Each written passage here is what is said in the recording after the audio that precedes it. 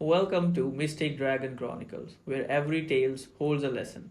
Beyond fantasy, lessons that last. Let's step into the story. The frost came down like a curtain being drawn across the world. Dane stood at the edge of the tree line with his boots already soaked through and his breath coming out in short white clouds. He was 12 years old, standing on a planet that was not his own, in a winter that his mother had told him would last nearly 2 full Earth years. He had not believed her until now, looking at the frozen sky above Vera and feeling the cold press against his face like a flat, indifferent hand. The trees on Vera were not like Earth trees. They were pale and segmented like the bones of something enormous laid out vertically in the ground. Their branches did not sway. They clicked in the wind, dry and sharp like fingers tapping on glass. Dane was watching the clicking branches when he almost stepped on her. He stopped just in time. His boot came down 3 inches from a small shape half buried in the frost-covered moss at the base of the nearest tree. He crouched, squinting. It looked like a stone at first, something amber-colored and flat pressed against the frozen ground. Then he noticed the edges of it, the faint outline of something folded. Wings! He pulled off his glove before he thought about it. His bare hand reached down carefully, fingers sliding under the small creature, and he lifted it free of the moss. It weighed almost nothing. It was barely the length of his palm from nose to tail, with scales the color of cooling embers and wings that were folded flat and tight like pressed leaves between pages of an old book. He could feel faintly the architecture of tiny bones beneath the scales. He could also feel that it was cold, not the cold of something dead, the cold of something that was almost there. His hand was warm. Human hands run warmer than almost any other humanoid species in the catalogued galaxy, a fact Dane had read once in one of his mother's field guides and promptly forgot. He remembered it now because the moment the creature touched his skin, something happened. A faint tremble, not movement exactly, more like the memory of movement, the body recalling what it was supposed to do. Dane closed his other hand over the top, cupping the tiny dragon between both palms, and stood up. He walked back to the station quickly. His mother, Dr. Wren, looked up from her tablet when he came through the door. She took one look at his face, then at his hands, and set the tablet down. "What did you find?" He opened his hands. She was quiet for a moment, then she got up and got her scanner. The scan took 4 minutes. Dane stood still the entire time, hands open, watching the creature's sides for any sign of breathing. He thought he could see it, a very faint, very slow rise and fall. He was not sure if he was imagining it. "Juvenile Emberwing," his mother said finally, reading the result. Her voice had gone careful, the voice she used when something was either very important or very fragile. "Dane, where exactly did you find her?" "Base of the first pale tree, in the moss." She nodded slowly. She pulled up something on her tablet, old Vithari text, the field notes she'd been collecting from the village elder, a tall, thin-boned man named Orvith, who spoke to her only in formal exchanges and always looked at her like she was a very interesting problem he had not yet solved. "The Emberwing is endothermic," his mother said. "It can't generate its own heat. In winter it needs a host to bond to, something warm enough to sustain its core temperature through the cold season. The Vithari run cold, too cold. The Emberwing population has been declining here for 4 centuries because there's nothing warm enough to bond to." Dane looked down at the creature in his hands. "But I'm warm enough." "You're extremely warm by Varen standards," she almost smiled. "You're essentially a small furnace as far as this planet's biology is concerned." That night Dane fell asleep with the tiny dragon resting in a folded cloth on his bedside shelf near the heat coil. He woke at some point in the deep dark of a Varen winter night and found that she had moved. She was on his forearm, curled there, tucked against the inside of his wrist where the skin ran warmest. Her wings were still folded. Her tail curved around his arm loosely, not gripping, just resting. He stayed very still. He could feel her warmth now, not her own warmth, but his warmth returned to him slightly, like a held breath given back. She had gathered it and was keeping it between them. He did not move his arm for the rest of the night. In the morning, his mother found them like that. She said nothing at first. She just picked up her tablet and added a note. Then she looked at Orvith, who had come to the station door early and was standing in the cold frame of it, watching. Orvith looked at the boy and the tiny dragon on his arm.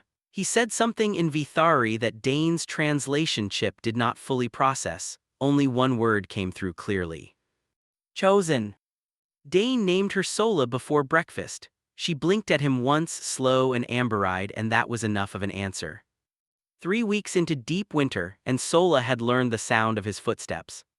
Dane noticed it first on a Tuesday, or what passed for Tuesday on Vera, where time was measured in light cycles instead of actual daylight, because there was no actual daylight. Just a long, slow dimming and brightening of a sky that never fully went dark and never fully went bright. He came in from the cold corridor, boots crunching on the grit floor, and Solah lifted her head from his mother's research desk where she had been sitting, and turned toward the door before it opened. She heard him coming, she knew. He thought about that for a long time afterward. During the days, she was curious and restless, exploring the station slowly, pressing her nose against equipment, sitting very still near heat vents with her eyes half closed in something that looked like contentment. She never went further than 2 rooms from wherever Dane was, not by rule, by choice. She had a sound she made low, felt more than heard, a hum that seemed to resonate somewhere behind the ears. Dane's mother called it thermal communication, a biological mechanism for locating and signaling warmth sources. Dane just called it her voice. Orvith came to the station every few days. He and Dane's mother would sit across the table from each other and exchange field notes, and occasionally they would look at Solah with the same expression, fascination wrapped around something older. Orvith's granddaughter, Fail, came with him sometimes. She was roughly Dane's age, thin even by Vithari standards, with the flat silver eyes her species carried. She did not speak to Dane for the first 2 weeks. She watched Solah instead from a careful distance, like someone observing fire. On the 15th day she spoke. "You know what she is," Fail said, not a question. Her translation chip rendered her accent into something clipped and precise. "My mother told me," Dane said, "endothermic, she can't make her own heat." "That is the science?" Fail looked at Solah, who was sitting on Dane's knee perfectly still. "My grandfather says she is a guide, that Imberwings walk the edge between the living world and whatever comes after it. They wait at the border, that is why they seek the dying, the cold ones, to escort them." "She was the one dying when I found her," Dane said. Fail was quiet for a moment. "Yes, my grandfather thinks about that a great deal. It was not a friendship exactly, not yet, but it was something. They sat in the same room without discomfort, which on Vera was close enough." Meanwhile, a problem arrived in the shape of Commander Bresson. He was the human military liaison for the research station, stationed 3 kilometers out, and he came twice a month to review Dr. Wren's safety reports.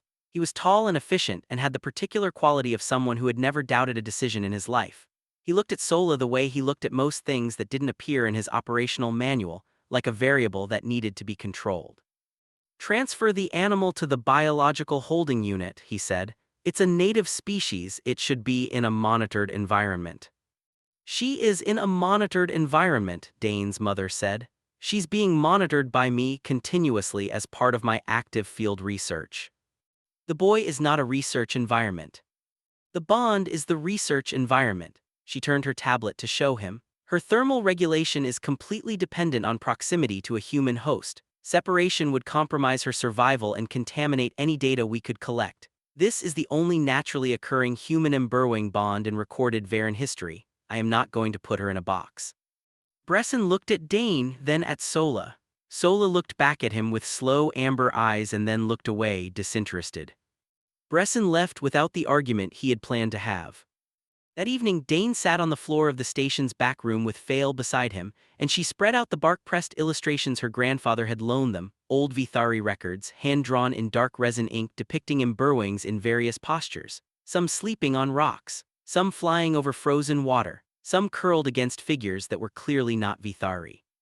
"Who are these?" Dane asked, pointing to the non-Vithari figures. Fail studied the image. "Old text, very old. My grandfather says these are from before his grandfather's time." She traced the outline of the curled figure in the drawing. "He says the Imberwing does not choose a species, she chooses a warmth." Dane looked at Solah, already asleep on his forearm, anchored there as naturally as a bracelet, her wings folded flat, her tail loose around his wrist. He could feel the faint hum still in his arm even while she slept, like she was keeping track of his pulse. "She hums more when I talk," he said. Fail glanced at Solah, then at Dane. Something shifted in her expression, the last edge of wariness going out of it. "She hums more," Fail said slowly, "because she knows your voice is warm." Dane didn't know what to say to that, so he didn't say anything. He just sat with Solah on his arm and the bark illustrations between them and the Varen winter pressing its long cold weight against every wall of the room, and for the first time since arriving on this planet, it did not feel like something to endure. It felt like somewhere he was supposed to be. The storm came without warning on the 42nd day of deep winter. No, that was not quite true, Solah warned them. Dane simply did not know that was what she was doing. She had been restless all afternoon, moving from surface to surface in a way she never usually did: the window ledge, the floor vent, the underside of the main desk, back to Dane's arm, then off again. Her hum had changed register. It was lower, more urgent, the kind of frequency that made Dane's back teeth feel loose. His mother noticed it too. She looked at her instruments at precisely the same moment that the outer sensors registered a pressure drop. Then the storm hit. It came across the Varan plain like a wall, wind and ice crystals and electromagnetic interference that blacked out every sensor array in the station and half the communications equipment. The outer lights died. The perimeter alarms went silent. In the village 300 meters away, 2 Vithari workers had been in the outer storage buildings when it struck, reinforcing the supply shelves for the long freeze ahead. The buildings collapsed.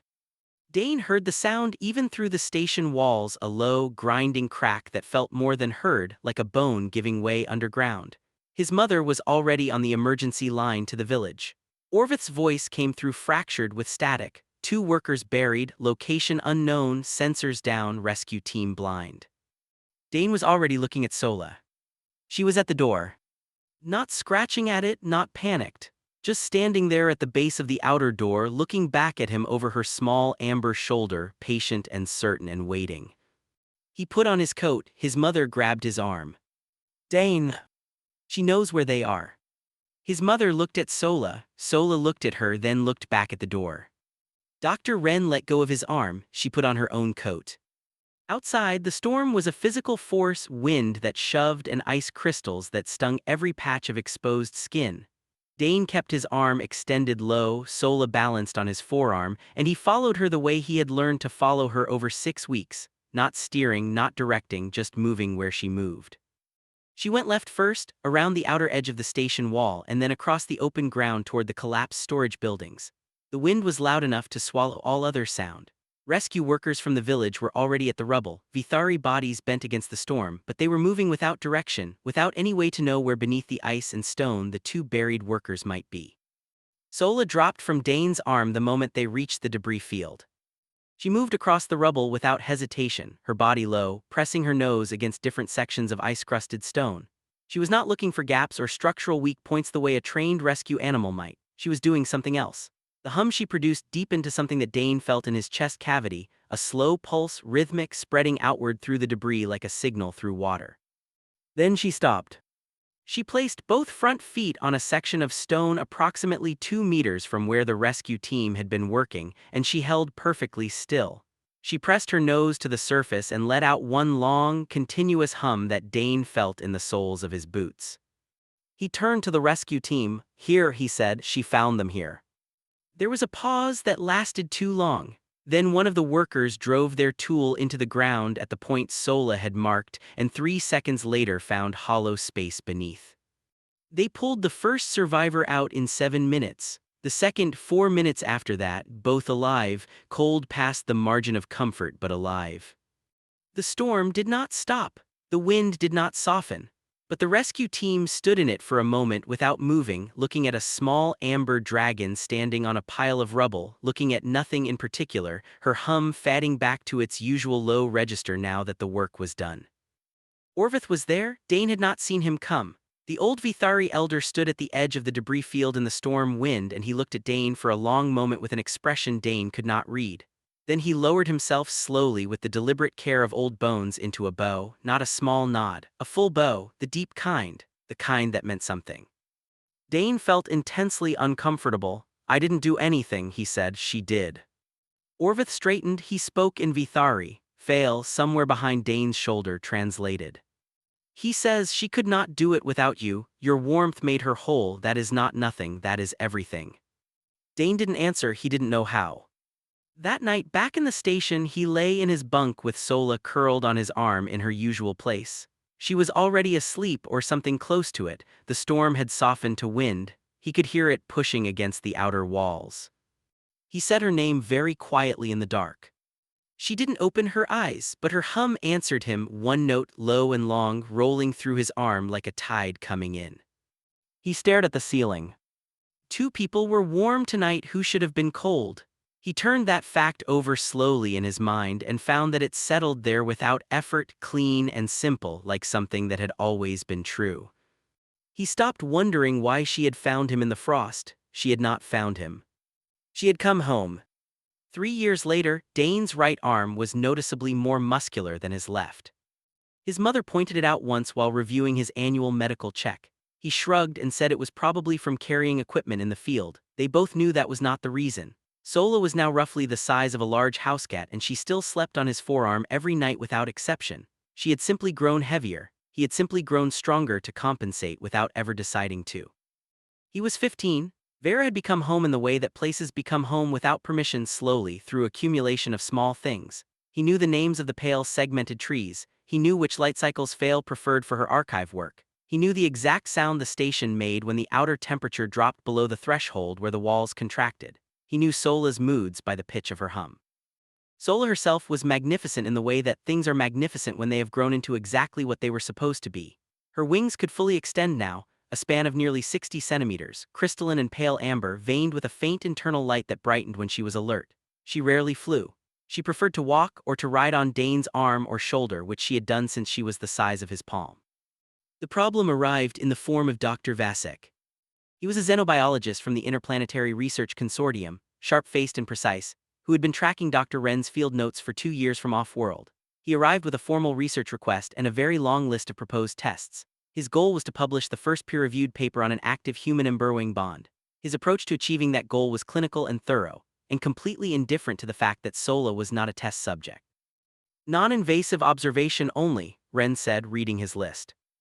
I'd also like to run a short separation trial, Vasek said. 72 hours, temperature-controlled enclosure. We need to know the physiological baseline without host contact. Wren looked at Dane. Dane said nothing. He had learned by 15 that silence was sometimes more effective than argument. The separation trial began on a Tuesday. The enclosure was comfortable, as enclosures went, warm, well-lit, large enough for Solah to move freely. She walked in without resistance. Dane left without looking back because he knew if he looked back he would not leave. Hour 1 through hour 17, Solah ate, moved around, behaved normally. Vasek's notes were positive. Wren said nothing. Hour 18, Solah stopped eating. Hour 24, she sat in the center of the enclosure floor and did not move. Hour 36, she stopped humming entirely. The enclosure went silent in a way that felt wrong, like a clock that had stopped mid-tick. Hour 60, the station's environmental sensors picked up that Solah had repositioned herself. She was pressed against the wall of the enclosure, the specific wall that faced the direction of Dane's room. She was not moving. She was not making any sound. She was simply leaning against the wall between herself and him. Dane was in his room when his mother came and showed him the sensor data. He looked at the readout for a long time. Then he got up. Vasek was in the corridor between the research room and the enclosure when Dane walked past him. The trial isn't complete, Vasek said. I know, Dane said. He did not stop walking. He opened the enclosure. Solah moved in a way she had not moved in over 2 days, fast, direct, no hesitation. She crossed the enclosure floor, came up his leg, crossed his chest, and settled onto his right forearm. She was on her usual place on his wrist within 4 seconds. She was asleep within 10. Vasek stood in the doorway with his field tablet. He looked at Solah, then at Dane. Then he wrote something down which Dane thought was probably not complimentary. His mother appeared behind Vasek with an expression that Dane had learned meant she was right, and she knew she was right, and she was allowing the universe one moment to acknowledge it before she moved on. Vasek eventually published his paper. He did not include the separation trial results in the main findings. They appeared in the supplementary notes under the heading, Inconclusive. That evening, Fail brought new translations. Pages Orvith had finally agreed to share from a section of the emburrowing archive that had been restricted for generations. She spread them on the table and read in careful, measured words. The bond, once fully formed, could not be severed by distance or time. When the emburrowing finally came to her last sleep, she would carry something of her chosen one forward with her and leave something of herself behind. Not a record, not a memory, something without a word in either Vithari or standard human language. Dane read the passage twice. He sat with it. He did not speak. He looked at Solah on his arm, small and warm and certain, breathing in the slow rhythm of deep and easy sleep. He moved his other hand and rested it over her folded wings very gently. He did not know why. It simply felt like the right thing to do, like covering something precious against a cold he could not yet see coming but knew somewhere quiet inside himself was on its way. Snow had come in the night and covered everything white, and the world outside was very quiet. Dane woke the way he always woke, slowly, without alarm, the light cycle dimming in gently through the window. He lay still for a moment the way he always did, half in sleep and half out of it, listening to the station settle around him, the familiar creak of the outer wall, the low distant hum of the heat coils, the sound of his mother moving in the kitchen corridor. He was 17. He had woken on this planet, in this room, in this bed, more times than he could count. The routine of it was something he carried in his body without thinking. He noticed almost immediately. Not in the way you notice something wrong, not with alarm, not with a sudden cold drop in the chest.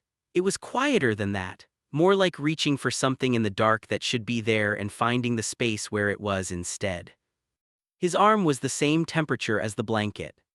Solah was on his arm in her usual place. She had not moved in the night. Her tail was still loosely curved around his wrist, her wings still folded, pressed flat the way they always were in sleep. She looked exactly the way she always looked. She was not cold. She was exactly the temperature of his skin, which was the temperature she always reached when she slept, borrowing his warmth, returning it slightly transformed, the way she had done every night for 5 years. She had simply not woken up. He said her name. His voice came out steady because he was not yet sure what he was asking. She did not stir. He said her name again, softer this time. Nothing. He sat up very carefully, the way you move when you are trying not to change anything. He looked at her. The amber scales, the crystalline wings that caught even the pale winter light and scattered it into something warmer. The small careful architecture of a creature that had pressed her nose to frozen stone to find 2 lives buried under rubble. The creature that had heard his footsteps before he opened the door, that had pressed herself against a wall in the direction of his room. He called for his mother. Dr. Wren came quickly. She had her scanner in her hand before she reached the doorway, which told Dane she had already heard something in his voice that he hadn't meant to put there. She scanned slowly, without speaking. The scanner's light moved across Solah's still form and the readout filled quietly on the small screen. His mother looked at the readout for a long moment. Then she looked at Dane. She did not say it because she did not have to. The answer was already in the room, in the particular quality of the morning silence, in the way the winter light fell through the window and made everything look finished.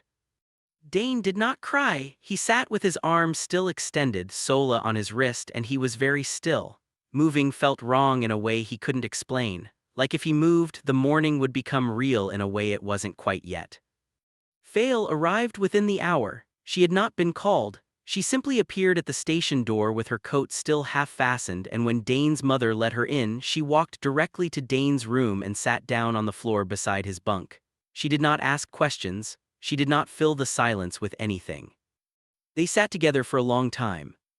Outside, snow was coming down again, slow and pale, the way snow fell on Vera, without urgency, without drama, as though it had all the time in the world. Eventually, Fail spoke. She used Vithari because some things settled better in the language they belonged to, and then she translated it herself quietly without looking at him. She carried you somewhere she couldn't follow. Now she waits there instead. Dane looked at Solah on his arm, the amber scales, the folded wings, the complete and perfect stillness of something that had finished what it came to do. His mother filed the medical report that afternoon. She was precise and thorough as she always was. In the notes section at the bottom of the last page, she wrote one line that was not standard procedure and that she did not remove in any of the 3 revisions that followed. Bond duration 5 years, 3 months, 11 days. Subject showed no signs of distress at time of death. All thermal data confirms the subject was warm until the last moment. As the day moved toward its end, Dane finally stood. He lifted his arm slowly with both hands under Solah's small, still body, and he carried her to the frost-covered window. Winter light came through the glass, pale and flat, the light of a season that never fully committed to either darkness or brightness. Solah's amber scales caught it. For one moment they scattered it back, warm, scattered gold, the way they had done every morning for 5 years when he woke and found her there. He held her in that light for a long time. He did not look away. The passing ceremony was held 1 week later, on a clear day between storms. The Vithari had not performed one for an emburrowing in 400 years. Orvith spent 3 days preparing it from the oldest records in his archive, cross-referencing with texts he had not opened since before Dane was born. He did not consult anyone. He simply read and prepared, and on the morning of the 7th day he came to the station and told Dane what his role would be. Flame Carrier, the one who holds the light through the entire ceremony. Dane held it for 2 hours in the open winter air. A carved Vithari lantern with a small sustained flame inside, while the village gathered around him and the elders spoke in the old formal register that even Fail said she could only partially follow.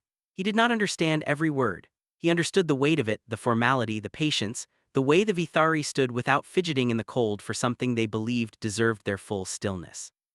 At the end, Orvith came to him. The old man moved slowly now. His joints made decisions separately from his intentions. He pressed something into Dane's free hand, a small carved token worked in pale Varan bone shaped like a wing curled inward at rest.